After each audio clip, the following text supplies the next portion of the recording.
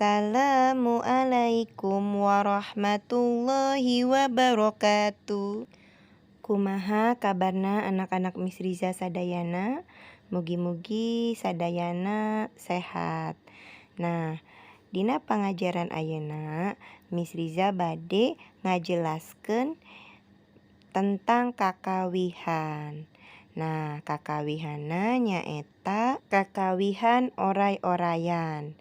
Kakawihan oray-orayan ieu biasa dipake basa barudak keur ulin oray-orayan. Jadi, nyanyian ini digunakan ketika anak-anak bermain ular-ularan ya. Salah satu permainan anak-anak, salah satu permainan tradisional yang masih sering kita mainkan. Nah, disimak baik-baik ya lagunya. 1, 2, 3. Oray-orayan luar leor mapai ka sawah. Tong ka sawah parena keur sedeng bekah. Oray-orayan luar leor mapai leuwi.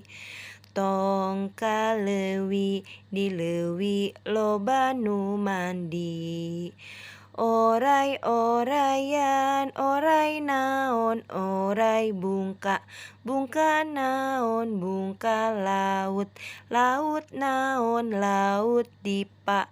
Dipa naon dipan deri hap. Nah, jadi ketika kita selesai menyanyikan lagu, tangan teman kita ditutup untuk menangkap teman yang lewat tadi. Sekarang kita coba nyanyikan bersama-sama ya. Selamat mencoba.